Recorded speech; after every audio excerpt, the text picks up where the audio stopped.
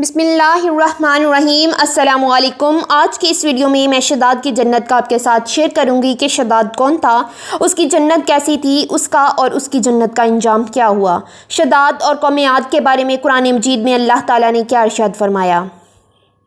تو ویڈیو دیکھنے والوں سے ریکویسٹ ہے کہ آپ ہماری ویڈیو اور چینل کو ضرور سبسکرائب کریں اور ساتھ موجود بیل کے بٹن کو بھی پریس کریں تاکہ آنے والی ہر نیو ویڈیو آپ کو ٹائم پر ملتی رہے۔ تو آئیے شیئر کرتے ہیں آپ سے شداد اور اس کی قوم کے بارے میں۔ قوم ارم، ان لوگوں کا تعلق قوم عاد سے تھا اور وہ ارم نام کی بستی کے رہنے والے تھے۔ وہ بستی بڑے بڑے ستونوں والی تھی۔ اماد جمع ہے امد کی اور امد کے معنی ستون کے ہیں۔ عاد کے نام سے دو قومیں گزری ہیں، ایک کو عاد قدیمہ یا عاد ارم بھی کہتے ہیں۔ یہ عاد بن حوز بن ارم بن سام بن نو علیہ السلام کی اولاد میں سے تھے، اس لیے ان کو عاد ارم بھی کہا جاتا ہے۔ اپنے شہر کا نام بھی انہوں نے اپنے دادا کے نام پر رکھا تھا۔ ان کا وطن عدن سے متصل تھا۔ احقاف قوم عاد کا مسکن تھا۔ عربی میں لمبے اور اونچے ٹیلوں کو حقف کہا جاتا ہے۔ احقاف حقف کی جمع ہے اور یوں اس کا مطلب ہوا ریت کے اونچے اور لمبے ٹیلوں کی زمین۔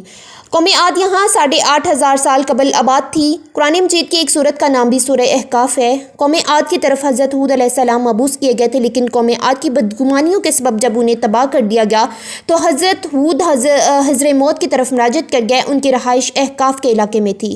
حضرت ہود کی موت بھی یہیں پر ہوئی۔ اس قوم کو اللہ رب العزت نے سرسبز کھیتیاں بھی دے رکھی تھی، جانور، پانی اور وافر خوراک بھی۔ نعمتوں کی اس فراوانی نے انہیں بھٹکا دیا اور وہ اللہ رب العزت کے باغی ہو گئے۔ ہدایت کے لیے حضرت ہود کو ان کے پاس بھیجا گیا، وہ انہیں تبلیغ کرنے لگے، مگر قوم عاد ان کا مذاق اڑانے لگے۔ وہ شرک سے پیچھے ہٹنے کے لیے راضی نہ ہوئے۔ شداد اس قوم کا بادشاہ تھا۔ بڑے بھائی کا نام شدید تھا، وہ پہلے بادشاہ تھا اور اس کے مرنے کے بعد چھوٹا بھائی شداد تھا۔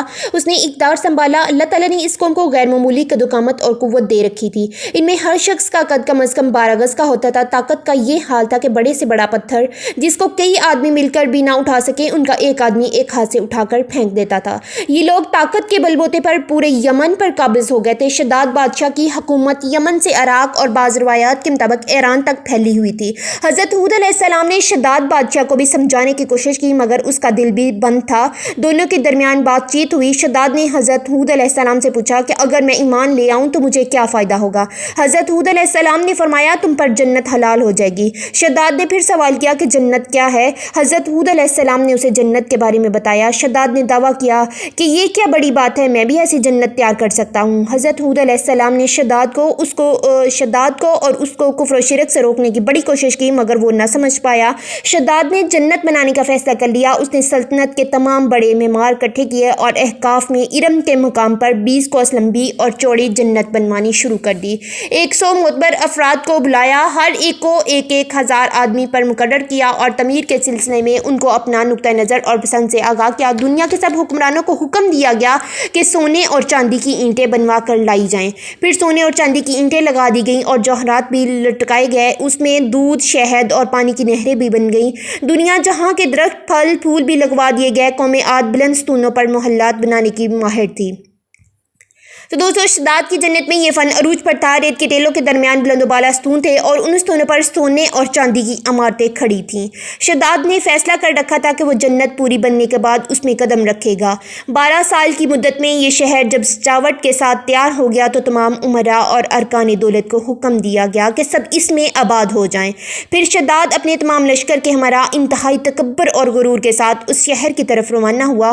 وہ جنت کے دروازے پر پہنچا تو گھوڑے سے نیچے اترنے لگا۔ ابھی اس کا ایک پاؤں زمین پر اور دوسرا گھوڑے کی رکاب پر تھا کہ ملک الموت حضرت اسرائیل علیہ السلام آ پہنچے۔ شداد نے پوچھا کہ تم کون ہو؟ میں اللہ کی طرف سے بھیجا گیا فرشتہ ہوں، میرا نام اسرائیل ہے اور میں ملک الموت ہوں۔ شداد نے کہا کیوں آئے ہو؟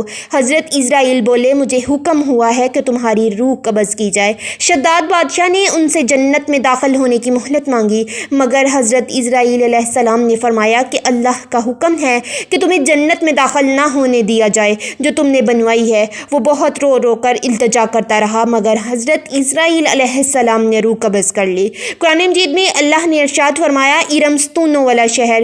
یہ زبان عام میں صرف ارم، عربی میں ارم ذات العماد اور انگریزی میں فبر، ابر، ارم اور ارم آف پلرز۔ قدیم قوم عاد مرکزی شہر کا نام ارم تھا۔ پھر اس کے بعد حضرت جبرائیل علیہ السلام نے ایک زوردار چیخ ماری اور پھر اسی وقت تمام شہر اپنی عالی شان سجاوٹوں کے ساتھ ایسا زمین میں سمایا کہ اس کے بعد اس کا نام و نشان تک باقی نہ رہا۔ پارہ نمبر 30 سورہ فجر آیت نمبر 7 اور 8 میں قرآن پاک میں اس کا ذکر کچھ اس طرح ہوا ہے: وہ جو ارم تھے بڑے بڑے ستونوں والے اور شہروں سے اس کے مانند کوئی شہر شاندار نہ تھا۔ معتبر تفاسیر میں لکھا ہے کہ بادشاہ اور اس کے لشکر کے ہلاک ہو جانے کے بعد وہ شہر بھی لوگوں کی نگاہوں سے اوجھل کر دیا گیا، مگر کبھی کبھی رات کے وقت عدن اور اس کے ارد گرد کے لوگوں کو اس کی کچھ روشنی اور جھلک نظر آتی ہے۔ یہ روشنی اس شہر کی دیواروں کی ہوتی تھی۔ حضرت محمد صلی اللہ علیہ وسلم نے فرمایا کہ میری امت میں سے ایک آدمی ایسا ہوگا جو شداد کی بنائی ہوئی جنت کو دیکھ پائے گا، اور وہ چھوٹے قد اور سرخ رنگ کا ہوگا، اور وہ اپنے اونٹ کو ڈھونڈتا ڈھونڈتا اس شہر میں جائے گا اور وہاں کے منظر دیکھے گا۔ اور وہ صحابی حضرت عبداللہ بن کلابہ تھے جنہوں نے شداد کی بنائی ہوئی جنت کو ایک نظر دیکھا بھی تھا۔ تو یہ تھا ہمارا آج کا ٹاپک۔ میں اسی طرح نیو سے نیو ویڈیو میں آتی رہوں گی، تو اپنا اور بڑوں کا خیال رکھیے۔ تو نیو ویڈیو کے آنے تک کے لیے ٹیک کیئر، اللہ حافظ۔